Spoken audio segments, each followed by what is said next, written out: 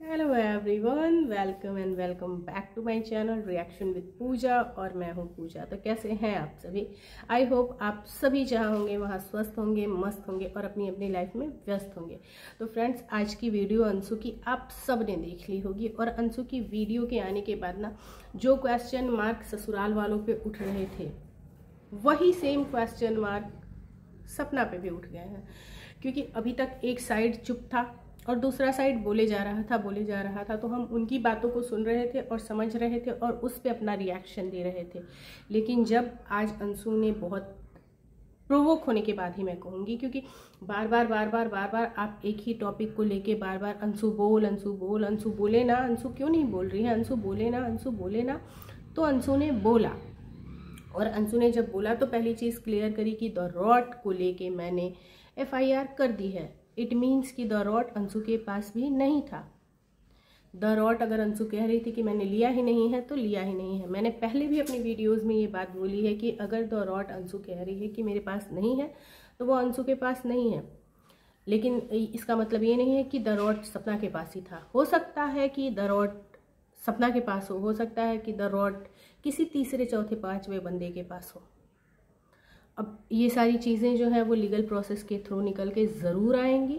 हाँ, थोड़ा बहुत टाइम ज़रूर लगता है, लेकिन थोड़े बहुत टाइम के बाद ये सारी चीज़ें जो है ना वो निकल के आएंगी और चीज़ें पता चलेंगी कि द रॉड किसके पास था और कौन लोग इस पे एक्टिविटीज़ कर रहे थे। इन चीज़ों का बाहर आना भी बहुत ज़रूरी है, जिस तरीके से बहुत ज़रूरी था इनकी ससुराल की साइड से और अंशु की साइड से चीज़ों का बाहर आना, क्योंकि उसके बाद ही ना हम और बहुत सारे फेसेस जो हैं वो सामने आए हैं और उनको हम देख पा रहे हैं, एनालाइज कर पा रहे हैं। तो एक वीडियो मैंने इस पे और बनाई थी, अगर आपने नहीं देखी है तो उस वीडियो को भी जाके चेक कीजिए, क्योंकि अंशु अपनी वीडियो में इतने सारे सवाल छोड़ के गई थी कि एक वीडियो में उसे कवर करना मुश्किल था।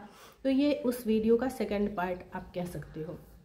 हम बातें करें कि अंशु ने अपनी वीडियो में बोला था ना कि जो सूरज की बात, कि एक मरे हुए आदमी को आपने बदनाम कर दिया। बेशक इन्होंने एक मरे हुए इंसान को बदनाम करा, लेकिन उसके पीछे का रीज़न मुझे जहाँ तक लगता है वो ये था कि इनका मोटिव था उस घर से निकलने का। जो भी इनके साथ उस घर में चीज़ें हो रही थी जो सही नहीं लग रही थी इनको, जो जिसमें कि देखो हम 100% किसी भी बात को इनकार नहीं कर सकते। जो कल की रिकॉर्डिंग थी ना उसमें अंशु ने भी बहुत सारी चीज़ें एक्सेप्ट करी थी कि हाँ वो जाल था, उस जाल से निकल गए, अच्छा हुआ।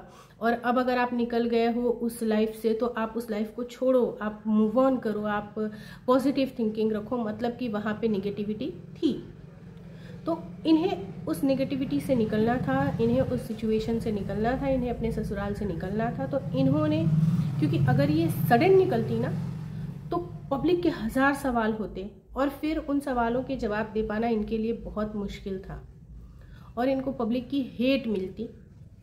और उस दिन जैसा कि इन्होंने बताया कि फैमिली में जो भी ड्रामे हुए थे उसके बाद इन्हें पॉइंट मिला था कि हाँ फिर मुझे निकलना है। तो निकलने के लिए इन्होंने जो भी फैमिली के ड्रामे थे उनको छुपा सके, क्योंकि अगर 3 महीने बाद कोई बंदी लाई है ना तो इतनी भी प्लानिंग करके कोई नहीं चलता है कि नहीं मुझे 3 महीने बाद ये बताना है।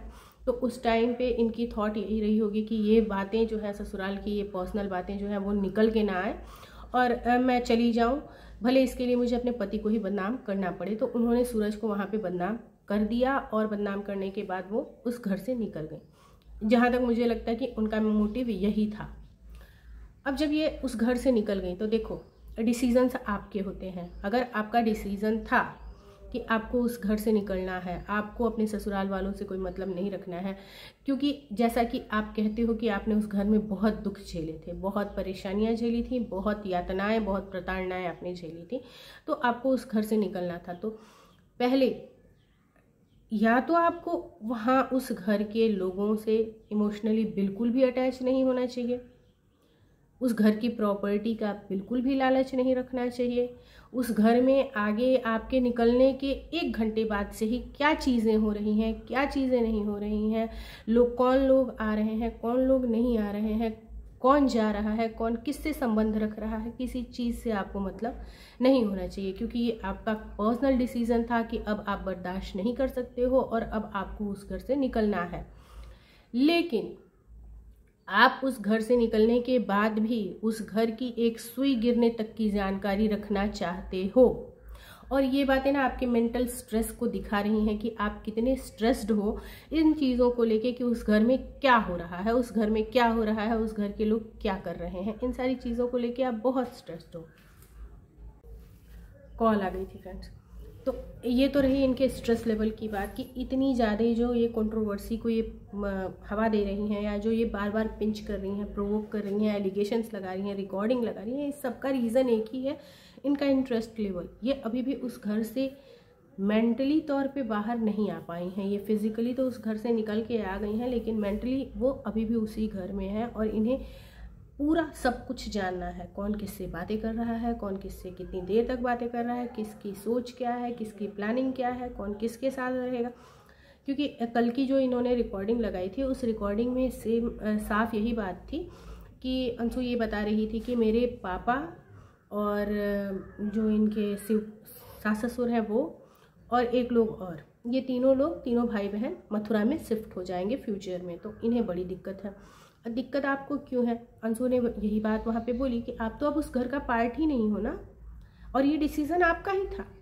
ऑब्वियस सी बात है कि ये डिसीज़न आपका था कि आपको उस घर से निकलना है, आपको उस नर्क की ज़िंदगी जो आपके अनुसार थी, आपको उस नर्क की ज़िंदगी से मुक्ति चाहिए, आपको उस नर्क की ज़िंदगी में नहीं रहना है और आपको उस घर से निकल जाना है। तो अब जब आप निकल गए हो और उनकी तरफ से कोई भी इंटरप्रिटेशन नहीं है, कोई भी इंटरप्शन नहीं है, वो आपको कहीं भी इंटरफेयर करने नहीं आ रहे हैं कि आप अपनी पर्सनल लाइफ में आप क्या कर रहे हो, कहाँ जा रहे हो, किसके साथ घूम रहे हो, आप बच्चियों को किस तरीके से रख रहे हो, आप ग्वालियर गए तो क्यों गए, ग्वालियर से मथुरा शिफ्ट हुए तो क्यों हुए, इन सारी चीज़ों में उनका अगर कोई भी इंटरेस्ट नहीं है तो वो अपनी लाइफ में क्या कर रहे हैं इसमें भी आपका इंटरेस्ट नहीं होना चाहिए।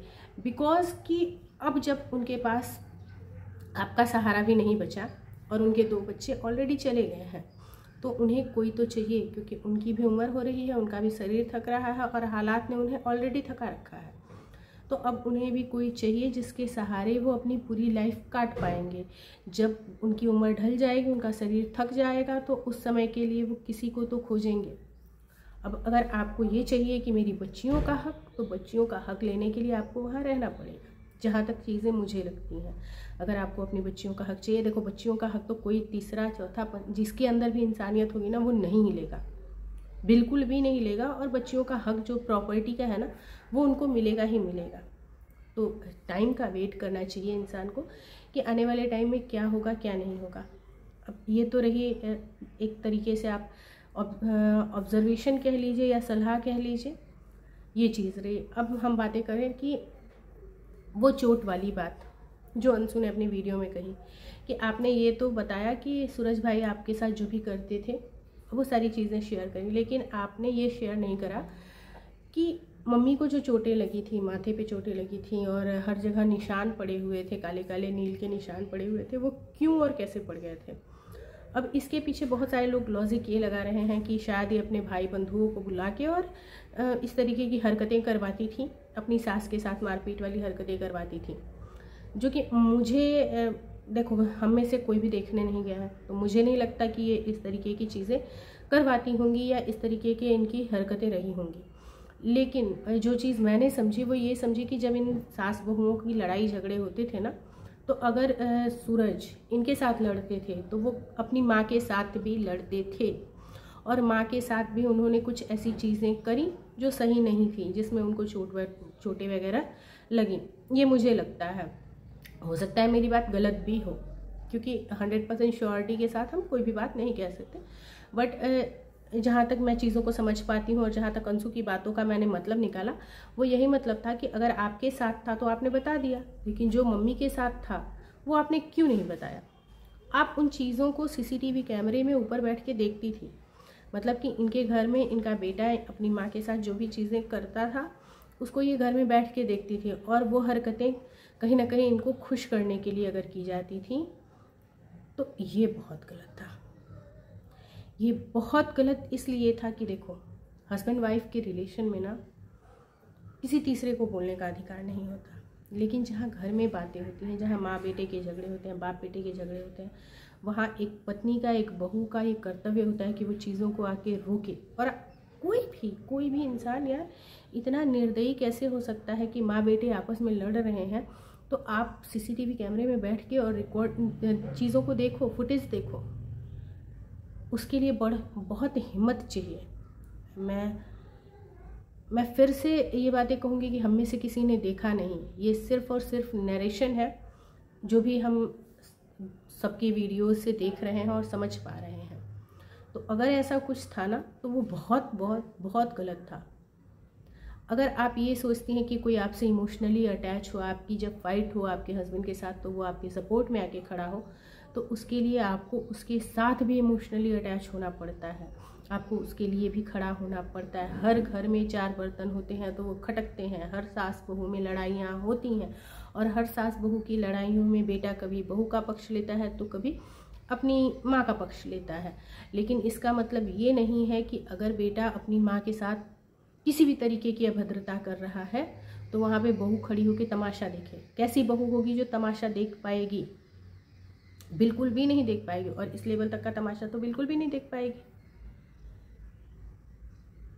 तो ये चीज़ें सुनने के बाद ना देखो, मैं ब्लाइंडली सपोर्ट करती थी और अभी भी अगर इनके तरफ से इनकी बातें आएंगी तो हम उसको भी समझने की कोशिश करेंगे और उसको भी समझ के हम क्या सिचुएशन रही होगी और उस सिचुएशन के अकॉर्डिंग इन्होंने क्या डिसीज़न लिया होगा उस पर अपनी राय देंगे। लेकिन आज जो बातें निकल के आई हैं उसमें अब इनकी अगर गलतियां निकल के आ रही हैं तो हमारा पूरा राइट बनता है कि हम इनकी गलतियों को भी बताएं, जिससे इन्हें ये पता चले कि अब तक जो भी होना था वो हुआ, लेकिन अब जब आप उस घर से निकल चुके हो ना तो आप मेंटली फिजिकली हर तरीके से आप निकलने की कोशिश करो। आप मूव ऑन करने की कोशिश कर रहे हो तो मेंटली फिजिकली हर तरीके से करो।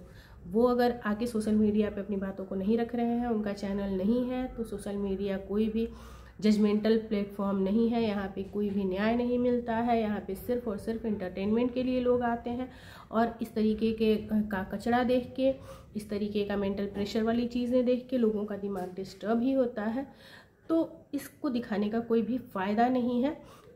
क्योंकि आप सिर्फ और सिर्फ अपनी और बाकी इस पूरे ही सिनेरियो से जुड़े हुए जितने भी लोग हैं सबकी इमेज को ख़राब कर रहे हो। जो भी लोग हैं, अगर अंशु ही चीज़ों को लेके आती है, अंशु ही बातों को कहती है और बार बार अपनी तरफ से चीज़ों को लेके आती है, बार बार घरेलू बातों को कहती है, तो वो भी सिर्फ और सिर्फ उसके कहानी में जितने किरदार होंगे ना उन सब की इमेज को ख़राब कर रही है। अगर ये करती हैं तो ये भी सेम वही काम कर रही हैं। आप दोनों को ही मेरी सलाह है, क्योंकि अंशु को हम सलाह इसलिए नहीं दे सकते कि वो बहुत प्रोवोक होने के बाद उसने अपनी बातें कही हैं। इनको हम सलाह इसलिए देंगे कि आप इन बातों को अब अपनी तरफ से ख़त्म करो। जो भी चीज़ें आपको करनी है वो आपको लीगल जाके करना चाहिए। आपको अपना अगर अधिकार लेना है, छोड़ना है, वो सारी चीज़ें आपको लीगल प्रोसेस के थ्रू करनी चाहिए। बाकी आज की वीडियो काफ़ी लंबी हो गई है फ्रेंड्स, तो हम मिलते हैं नेक्स्ट वीडियो में। Till then take care, bye bye.